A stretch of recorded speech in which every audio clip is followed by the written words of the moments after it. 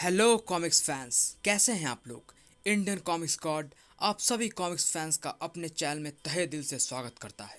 दोस्तों, इस बार मैं आपके लेकर आया हूं उत्तर महारावण सीरीज की दूसरी कॉमिक्स और धरणीधर का दूसरा व अंतिम भाग, विश्व रक्षक का वॉइस ओवर। तो चलिए दोस्तों, शुरू करते हैं। परीक्षा जो सिद्ध करती है कि कौन है सच्चा महाबली, किसमें है राष्ट्र नायक बनने का वास्तविक साहस।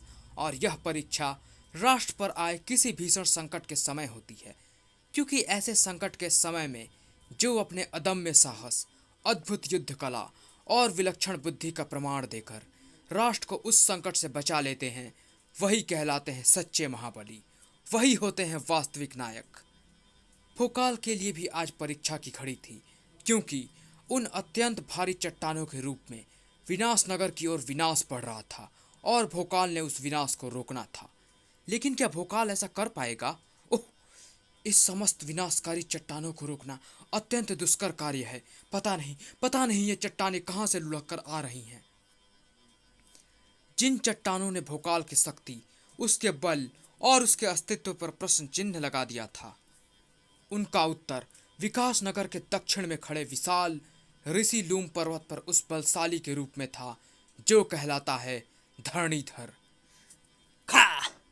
इस पर्वत को धूल में मिलाकर हम अपने उस अद्भुत महल को बाहर निकाल लाएंगे, जिसे हजारों वर्ष पूर्व परमपिता ब्रह्मा ने हमें सौंपते हुए कहा था। तुम धरणी पर हमारे प्रथम पुत्र हो, इसीलिए हम तुम्हारा नाम धरणीधर रखते हैं और यह महल तुम्हें सौंपते हैं। इस महल पर वर्षों और युगों का प्रभाव नहीं पड़ेगा। तुम्हें इसी महल से संपूर्ण पृथ्वी पर सृष्टि का संचालन करना होगा। सृष्टि के विनाश के लिए तुम सहायता लोगे इन प्रतिमाओं की, जिनमें हम आत्मा और प्राण डाल रहे हैं। अब हम चलते हैं पुत्र। इन 4 युवक और 4 स्त्रियों को इनकी योग्यता अनुसार कार्यभार सौंपकर सृष्टि का प्रारंभ करो। मेरे कंधों पर सृष्टि निर्माण का भार सौंपकर परमपिता चले गए। हमने उन 8 को ब्राह्मण, शूद्र, क्षत्रिय और वैश्य में बांटकर उनका विवाह किया और उन्हें चारों दिशाओं में भेज दिया। कालांतर में तुम्हारे संतानें तुम्हारे ही वर्णों से जानी जाएंगी, वे तुम्हारा ही अनुसरण करेंगी। जाओ जाओ और हमारे प्रतिनिधि पद पर धरणी पर सृष्टि का निर्माण करो। पृथ्वी पर सृष्टि का निर्माण हो गया और फिर तेजी से उसका विकास होने लगा और हम उसका संचालन व सुरक्षा करते रहे अपने इस महल में बैठकर। ओह, हमारा महल नजर आने लगा है। उसे अति शीघ्र बाहर निकालने के लिए हमें अपने हाथों को और तेजी से चलाना होगा।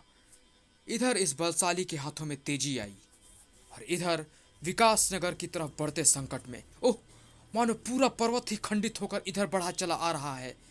इस तरह उन्हें रोकने का प्रयास करना बेकार है और इसके लिए कोई और स्थायी उपाय सोचना होगा। अब परीक्षा थी भोकाल की विलक्षण बुद्धि की, जिसने शीघ्र ही भोकाल के चेहरे पर हीरे सी चमक ला दी। इन चट्टानों को समाप्त करने के लिए यही उपाय एकदम उचित रहेगा। महाबली भोकाल ने शायद उस समस्या से निपटने का कोई उपाय सोच लिया था, जो धरणीधर के कारण विकराल रूप धारण करती जा रही थी। हमारे संरक्षण और सुरक्षा के झंडा तले पृथ्वी ने हजारों वर्षों के थोड़े से ही समय में अभूतपूर्व प्रगति कर ली थी। कुछ ही हजार वर्ष पूर्व जो पृथ्वी अपने वीरान और सुनसान भाग्य पर आंसू बहाया करती थी, वह अब चहुं ओर उपस्थित मानवों व अन्य प्राणियों के सानिध्य के कारण हर्षोल्लास से नाव उठी थी। मेरा सहयोग पाकर मनुष्य ने हजारों इतिहास रचे। साथ ही विज्ञान के बल पर खोजा एक ऐसा पदार्थ जो मनुष्य को देवताओं के श्रेणी में ले जाकर खड़ा करने की क्षमता रखता था। इसे पीकर ना तो मनुष्य अपना रूप यौवन खोता है और ना ही मृत्यु को प्राप्त होता है। इसीलिए हमने इसका नाम रखा है अमृत, अर्थात जो मृत ना हो सके। अमृत, हम अमृत का सेवन करना चाहेंगे वैद्य श्रेष्ठ। आप ही के लिए वह हमारी कंदरा में सुरक्षित रखा है महान विश्व रक्षक। आप उसका सर्वप्रथम सेवन करें और आज्ञा दे अमृत किस किस मनुष्य को सेवन करने के लिए दिया जाए। हम वैद्य श्रेष्ठ के साथ उनकी कंदरा में अमृत का सेवन करने के लिए पहुंचे। हमने अमृत पान करके वह दिया वह आदेश, पृथ्वी के प्रत्येक प्राणी और मनुष्य को अमृत का सेवन कराइए वैद्य श्रेष्ठ। हम चाहते हैं कि पृथ्वी पर किसी की मृत्यु ना आवे। अमृत पीकर सभी अमर हो जाएं, परमपिता ब्रह्मा की भांति। मनुष्य को देवता बनाने की ठान ली थी हमने, और ऐसा करके हम एक बहुत बड़ी भूल कर रहे थे। परमात्मा ने जिसका हमें दंड दिया प्रलय के रूप में। ब्राम! समस्त पृथ्वी को अपनी गोद में लेकर प्रलय हजारों वर्षों तक अपने विनाश का तांडव करती रही। महल, पर्वत, समुद्र प्रलय की चपेट में जो भी आया वह समाप्त हो गया।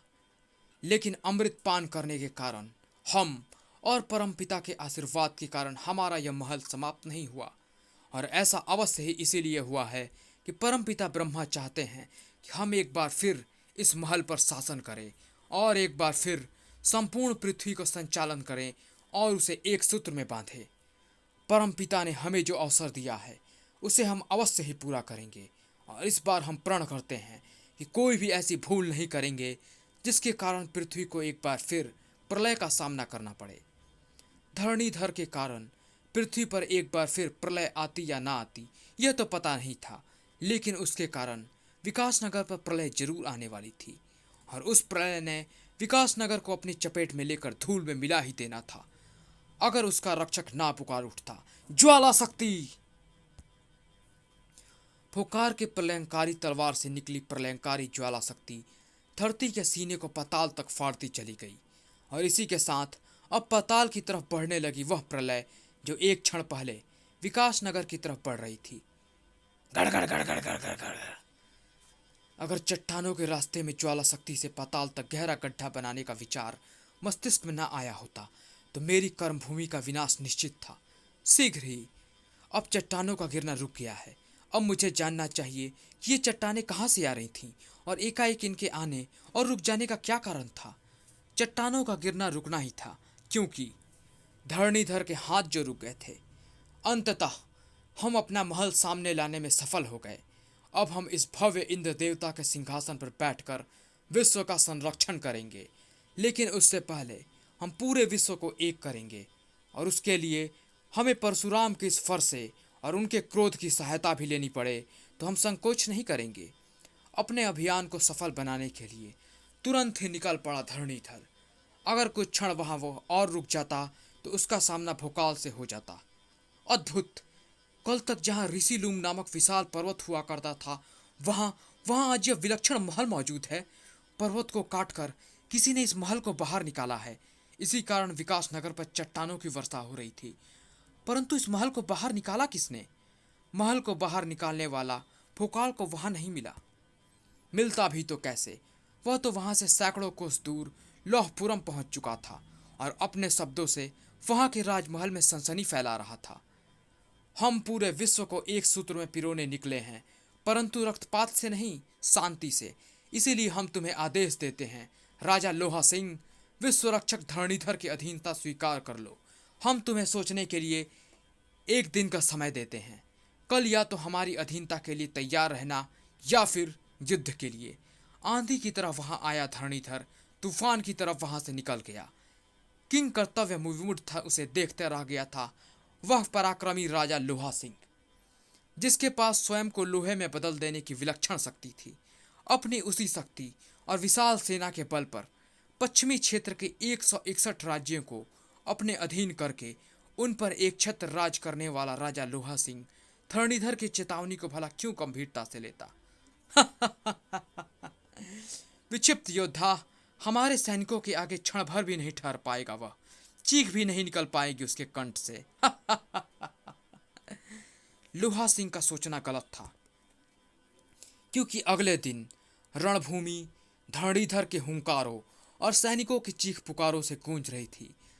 जिस शीश को धरणीधर की अधीनता स्वीकार नहीं होगी वो ऐसे ही धड़ से अलग होगा। जो रक्त धरणीधर के विरुद्ध खौलेगा वो ऐसे ही बहेगा। जो राज्य धरणीधर के विश्व शांति अभियान में रोड़ा बनेगा उसकी धरा ऐसे ही लहू से लाल होगी। परशुराम के क्रोध और उनके फरसे के धारक ने लाशों के ढेर लगा दिए, खून की नदियां बहा दी। आतंक की लहर दौड़ गई लौहपुरम की सेना में।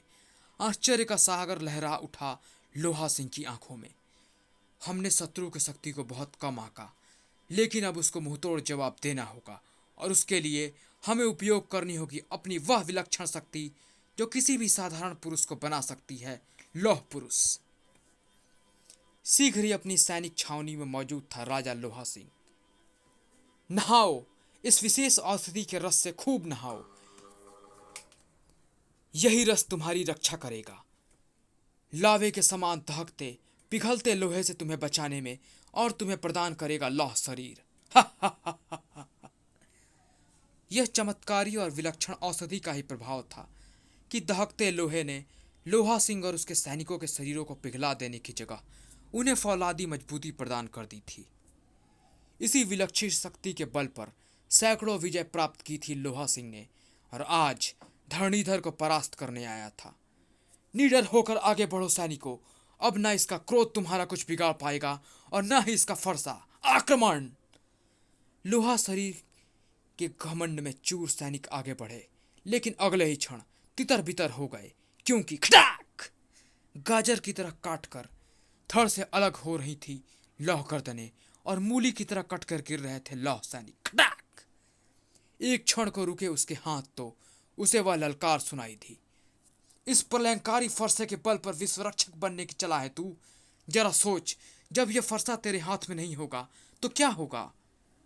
धरणीधर के हाथ किसी अस्त्र शस्त्र के दास नहीं है दुष्ट। यह प्रहार हमारी बात का प्रमाण है। भोकाल का धरणीधर का वार, लेकिन लोहा सिंह का प्रहार भी कम नहीं था। फरसा तूने अपने हाथों से छोड़कर तूने वह गलती की है धरणीधर, जिस पर तू पछता पाए। लोहा सिंह तुझे इतना समय भी नहीं देगा। मेरा यह प्रहार तुझे सदा के लिए धरणी की गोद में पहुंचा देगा धरणीधर। अपने लौह शरीर के बल पर उस धरणीधर से टकराने की बहुत बड़ी भूल की है तूने। जो धरा को अपनी भुजाओं में उठा सकता है, पर्वतों को धूल में मिला सकता है और फौलाद को अपनी जंघा पर रखकर तिनके की भांति तोड़ सकता है। कड़ा! धरणीधर के उस प्रहार ने लोहा सिंह के फौलादी शरीर को ही नहीं, बल्कि उसके जीवन डोर भी तोड़ दी। एक महापराक्रमी राजा की मृत्यु हो गई थी, जिसने पश्चिम दिशा के सभी राजा महाराजाओं को धरणी के कदमों में झुकने के लिए विवश कर दिया। हे विश्वरक्षक धरणीधर, हमें तुम्हारी अधीनता स्वीकार है। और जब पश्चिम दिशा के साधन और सेना संपन्न राजा महाराजा धरणीधर की अधीनता स्वीकार कर चुके थे, तो दक्षिण दिशा में ऐसा कौन सा राजा था जो उस महान शक्ति के सामने अपना सिर उठाता? आपका हर आदेश हमारे लिए ईश्वरीय आदेश के समान है। आज से आप हमारे संरक्षण भी है और संचालक भी। दक्षिण के सभी राजाओं ने अपने शीश उस महान योद्धा के सामने झुका दिए थे, जबकि उत्तर दिशा के सभी राजा महाराजा इस समय उपस्थित थे शैतानी शक्तियों के स्वामी राजा शैतान सिंह के सामने। धरणीधर नामक वह तूफान अब हमारी ही दिशा में बढ़ रहा है महाराज। उसे रोकिए, रोकिए, अन्यथा हम आपकी अधीनता छोड़कर उसकी शरण में जाना होगा। ऐसा नहीं होगा। शैतान सिंह उसे रोकेगा ही नहीं, अपितु अपनी शक्तियों की मदद से उसे अपना दास भी बनाएगा। शीघ्र ही अपनी शैतानी शक्तियों के साथ शैतान सिंह धरणीधर के राह में दीवार बनकर खड़ा था। बस धरणीधर, बस। विश्व विजय का तेरा अभियान शैतान सिंह के समक्ष आकर समाप्त हो जाता है। इसीलिए अपने कदमों को रोक ले, क्योंकि मेरी शैतानी शक्तियां तेरी सांसों को रोकने तेरे पास ही आ रही हैं। घर्र! तूने अपनी शैतानी शक्तियां हमारी तरफ छोड़ तो दी शैतान, परंतु इनमें से एक भी हम तक पहुंच पाए उससे पहले ही हम सबको नरक में पहुंचा देंगे। अपने प्राणों का शत्रु मत बन शैतान सिंह। व्यर्थ ही हमें रक्तपात करने के लिए विवश मत कर। स्वीकार कर ले हमारी अधीनता। मेरी छोटी छोटी शक्तियों को हराकर इतनी बड़ी बड़ी बातें मत कर धरणीधर, क्योंकि मेरे पास मौजूद हैं ऐसी बड़ी बड़ी काली शक्तियां जो तुझ जैसे को समूचा ही निकल जाए। विद्युत की तेजी से झपटकर धरणीधर को जकड़ लिया उस शक्ति ने, और एक ही क्षण में उसे पूरा का पूरा निकल गई। बड़ा आया था शैतान सिंह की शैतानी शक्तियों से टकराने वाला। कुछ ही क्षण में शैतानी शक्तियों के सामने ठहर नहीं पाया ना। अरे! अचानक हलक में ही घुट कर रह गए शैतान सिंह के ठहाके।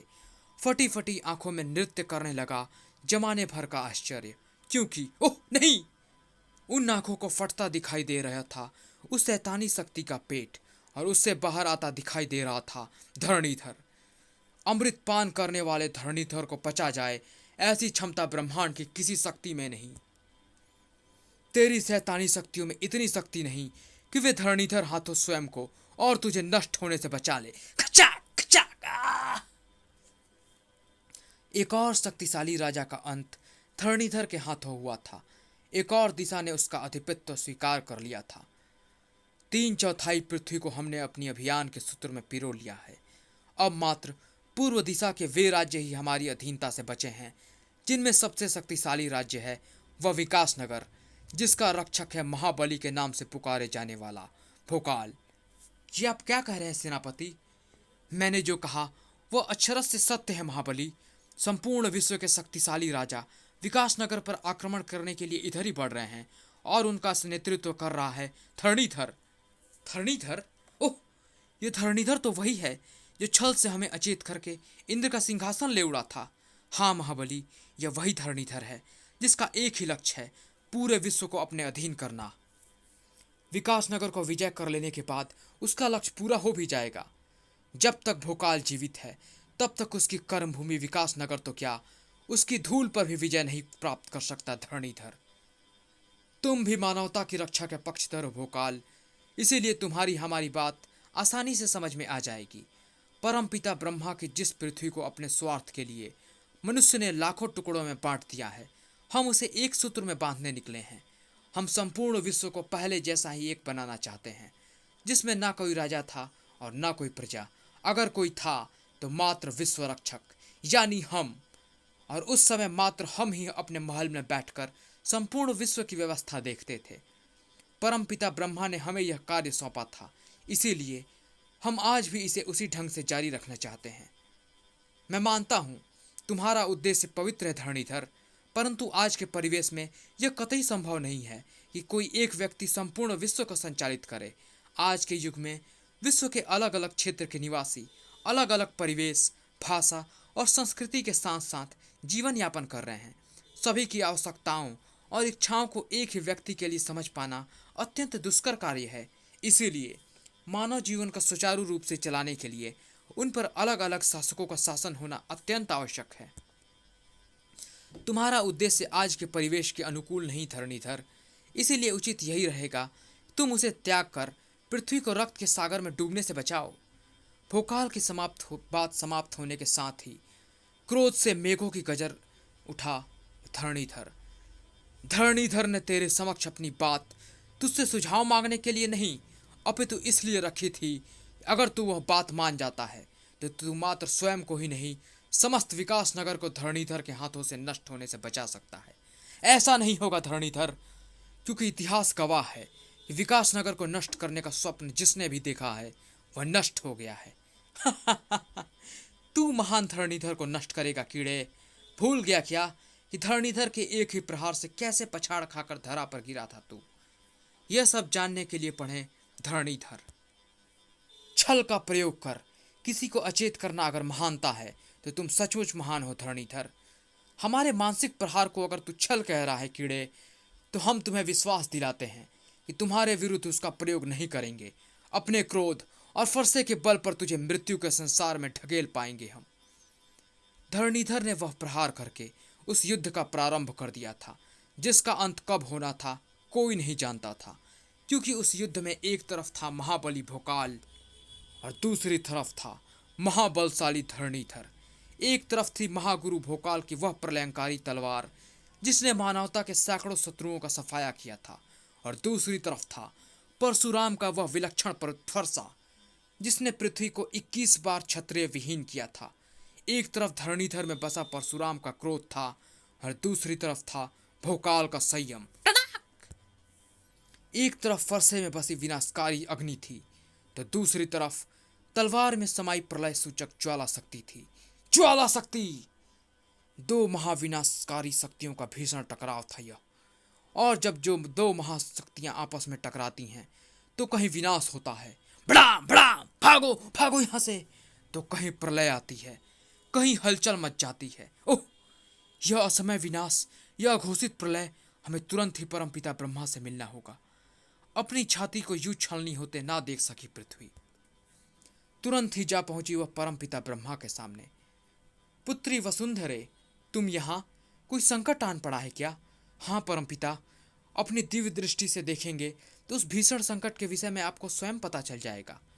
तुरंत ही सक्रिय हो उठी ब्रह्मा की दिव्य दृष्टि। ओह नहीं! और तब उन्हें नजर आया वह प्रलयंकारी दृश्य। अब चिंता की गहरी लकीरें नजर आ रही थी सृष्टि के उस निर्माता के चेहरे पर। ब्रह्मांड में एक अन्य ग्रह के निर्माण में व्यस्त हो जाने के कारण हम कुछ दिनों के लिए पृथ्वी पर दृष्टि न रख सके। अच्छा हुआ वसुंधरे, तुमने आकर हमें इस विनाश की सूचना दी है। अब हम उसे समय पर रोक सकते हैं। तुरंत ही वहां से रवाना हुए ब्रह्मा जी पलक झपकते ही उस विनाश को रोकने जा पहुंचे। ठहरो! एक साथ ही दोनों के हाथ रुके। एक साथ ही दोनों आवाज की दिशा में पलटे और परमपिता ब्रह्मा जी! एक साथ ही दोनों चकित रह गए, लेकिन अपना अस्त्र एक तरफ फेंक कर सबसे पहले ब्रह्मा के चरणों में झुका धरणीधर। अपने प्रथम पुत्र का प्रणाम स्वीकार कीजिए परमपिता। अरे, आपने अपने चरणों को पीछे क्यों हटा लिया परमपिता? हम ऐसे पुत्र के पिता कहलाना नहीं चाहते जो अपनी बुद्धि और विवेक से कार्य न लेता हो और अपनी शक्ति और सामर्थ्य के बल पर एक बार फिर पृथ्वी पर प्रलय लाकर मानवता का नाश करने पर उतारू हो। क्षमा करें परमपिता, हम समझे नहीं, आप क्या कहना चाहते हैं? हमने तुमसे जो कार्य सौंपा था उससे तुम एक बार पहले भी भटक गए थे धरणीधर। अमृत का रहस्य रहस्य ही रहे, इसीलिए हम पृथ्वी पर प्रलय लाकर सृष्टि को नष्ट करने के लिए विवश हो गए थे। परंतु परंतु आज जो प्रलय आने वाली थी वह तुम्हारे घमंड और अविवेक के कारण आती। अगर परशुराम के फरसे और महागुरु भोकाल की तलवार के टकराव को हम आकर न रोकते तो एक बार फिर तुम्हारे कारण सृष्टि का नाश हो ही गया था। हमारा प्रथम पुत्र विश्व रक्षक के स्थान पर विश्व विनाशक बन ही गया था। ओह! दूसरे ही क्षण बच्चों की भांति बिलख पड़ा वह महाबली। क्षमा परमपिता, क्षमा! क्षमा हमसे नहीं, उस महाबली से मांगो धरणीधर, जिसने तुम्हें रोककर एक बहुत बड़े पाप का भागीदार बनने से बचाया। क्षमा महाबली भोकाल, क्षमा! हमारी आंखें खुल चुकी हैं। अब हम समझ चुके हैं कि सच्चे विश्वरक्षक हम नहीं तुम हो। हमें क्षमा कर दो महाबली। आंसू बहाता भोकाल के कदमों में गिरने को जो बढ़ा धरणीधर, तो रास्ते में ही भोकाल ने उसे थाम लिया। आप परम पिता के प्रथम पुत्र हैं महानुभाव, मेरे चरणों को छूकर मुझे पाप का भागीदार मत बनाइए। पश्चाताप के आंसुओं से भींगा हुआ था धरणीधर का चेहरा। इसीलिए भोकाल के साथ साथ परमपिता ब्रह्मा ने भी उसे क्षमा कर दिया। अब तुम्हारा यहाँ रहना उचित नहीं है धरणीधर।